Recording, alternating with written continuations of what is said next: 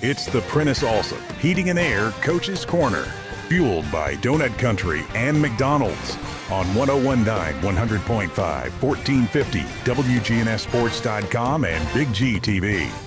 The Coaches Show is brought to you by the law offices of John Day, providing superior legal representation to injury victims and their families. Find out more at johndaylegal.com.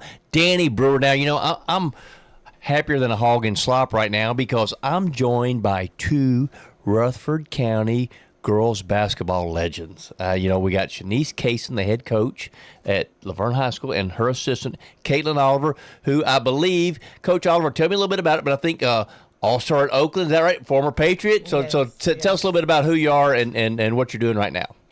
Yes, so graduated from Oakland High School, went on to college at Cumberland University where I played basketball also, and then now I'm in the high school realm, coaching, trying to get girls to the next level. Oh, outstanding.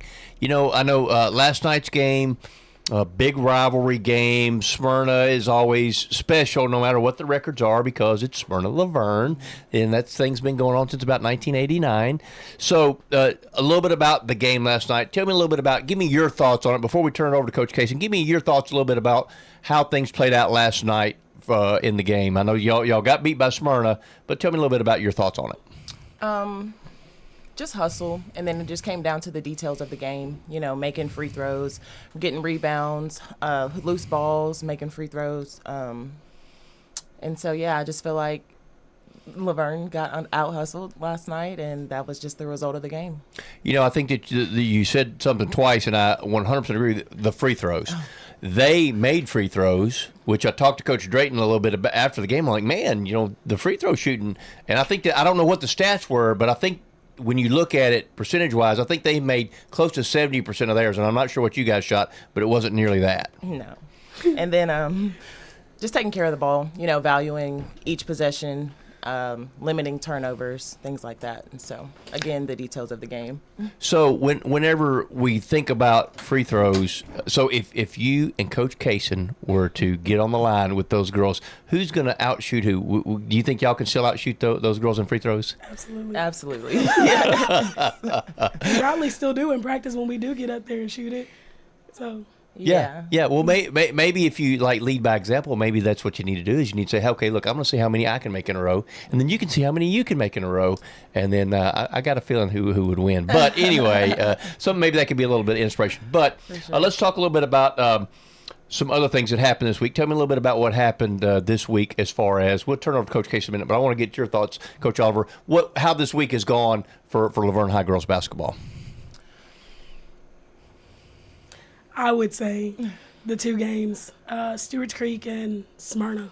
It was just a struggle, really, for us to play back to back to back. We played 3 games, and I know multiple people have done it. I just think our girls are not used to doing it. So a little bit of fatigue, a little bit of just learning how to get through those games, learning how to value each possession, learning when to turn it on and turn it off. I think we struggle there, and we're working on it. And unfortunately, it's the end of the season, and we still aren't there yet. But it's going to set the tone for next year's kids to be able to understand what it takes to be able to do that process. Well, I think that you're absolutely right about that. And, it's a rhythm kind of sport, and you want to get in that good rhythm. And sometimes having a week off right in the middle of crunch time had to be a little bit tough. It is, especially when you can't get into the gym to practice. Then you think about who's getting out on their own to try to run, do ball handling, get some shots up when they don't have access to anything and everything's closed. So then you're making up these games and trying to push everything into a 2-week span because district's about to start. So it's tough on them. It is tough on us too as a coaching staff to be able to be like, okay, we had these days where we're able to spread out, our scouts, watching film, transitioning into what we're doing per team. But we played back-to-back nights one night, so it's a learning curve for everybody, and myself included. Oh, absolutely. Okay, so we're going to talk about learning curve. We're going to talk about coaching. Coach Rick Insel. The one of the reasons you're a staple of Rutherford County girls basketball is because you were a high school star at Siegel, and then you played at MTSU and was a standout there as well. So Rutherford County, you really carry the Rutherford County flag, and we're all very proud of you. Thank you. But let's talk a little bit about Coach Insel. I think he had a huge milestone this past week. So tell me a little bit about your involvement with Coach Insel and what he means to you. Man, most people don't realize how important he actually is to the state of Tennessee's basketball programs. I think he set the tone of what Rutherford County, Tennessee basketball looks like.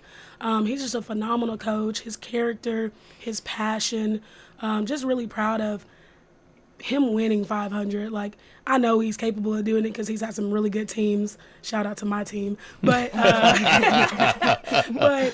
he's had some really good kids come through there. He's built a lot of off the court characteristics for us as well, and people may not think it or may not know it, but he's not just teaching the game of basketball, which leads to why I'm coaching. I'm not just here to teach the game of basketball. I want these girls to walk outside of the court and be like, I know who I am because of what's the pressure, or being under the pressure, what that looks like for us. So Rick Insel, 500 wins as a high school coach, over 500 wins, I know, as a high school coach. Yeah. Yes, but now 500 wins as a college basketball coach, over 1,000 wins for this guy, and I think you're absolutely right.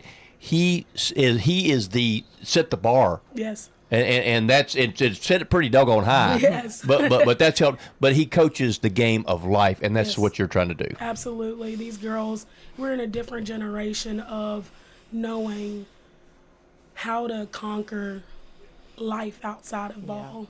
Most of these kids only think they know basketball, but we've got to learn characteristics to prosper after that. So that rolls me right into my next point. You know I'm a big horse racing guy. Today, the Baicoa, they're running at Oaklawn Park, grade 3 race for older fillies and mares. There's a little bit of a long shot. Miss Authentic, she's 12-1 on the morning line, trained by Eddie Keneally, so we're going to give us a ticket on that. Okay. But 12-1 on the morning line, but she's 9 of 11 in the money. But I think you represent Miss Authentic, and the reason I say that is because when I see you on the sidelines, you know, you dress like a coach, which I love that. Thank you. You dress like a coach, you look like a coach, you act like a coach. And I think that that's very important for what the things that we've been talking about. Miss Authentic, you want to be authentic and teach the girls the right way. Yes, sir. I try to. Do I push the envelope a little bit? Yeah, but I think I learned from the best. Coach Insel pushes the envelope just a little bit. Could I dial it back some? Yes, but that's not who I am. So I'm going to be true to who I am and keep moving how I'm moving. If they like it, they like it. If they don't, they don't. They can say whatever they want to say. It gets the job done at the end of the day. Well, I think you're right. And Miss Authentic is building a program down there at Laverne High School. That's what you want, because there is some tradition down there at Laverne. They have had some really good girls programs in the past. And do your girls understand any about the history of what has happened down there, or do they really care? Or what's your thoughts on that? I don't know if they really know. I'm gonna throw out some names: LaQuinta Jefferson, Jasmine Dale, Jasmine Brim. Those girls are girls I played with. Stephanie Myers. Oh my gosh, Stephanie played at Middle and then transferred to TSU. That was a powerhouse, and I don't think that they understand what they did for Laverne back in 2011, 2012. It was a good group of girls, and they played hard. Because no one knew who Laverne was until really they got on the map and they started playing hustle ball. They understood the game and they just played well together. And I think that's what we're trying to get our girls to do, is just play well together. LaQuinta Jefferson, you're right, boy. She was a machine. I mean, that girl could play. I think did she play some in Kentucky, maybe? Well, she signed to Kentucky, and I think she ended up going JUCO first just because she needed a little bit more experience. But I don't know where she ended up after that. But she was a powerhouse. Oh, I mean, could flat play. No, like I said, they really had it going on. So let's talk about what you got coming up. What you got coming up this week, Coach? We have 3 games coming up this week. We play Oakland on Tuesday. We turn around and play Siegel on Wednesday, and then we turn around and play Blackman our senior night on Friday at home.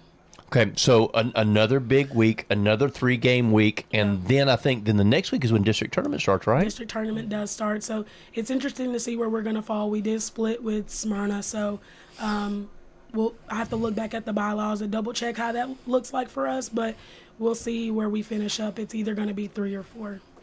But the good thing about the district tournament, I mean, I'm just going to be real. Blackman is Blackman. Yes, sir. But the other three teams, I mean, it's kind of a toss up there. And when you look at the other side, when you go to region tournament, because you'll go to region tournament too, it's the same way there. Right. Rockvale is kind of up there, but everybody else is kind of pretty even. Spread out. Yeah, I think any given night anybody can win.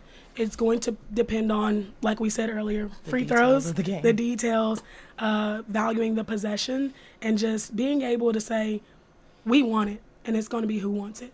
No, I agree with you 100%. Coach Cason, appreciate your time. Wish you the best luck. Miss Authentic, we're going to get a ticket. I promise you. Come by and see me, and I'll share the winnings, okay? Thank you. All right. We'll be right back in just a couple minutes. But the Coaches Show is brought to you by Parks Auction Company. Let their team of experienced and professionally trained staff utilize the auction process to sell your property. Find out more at parksauction.com.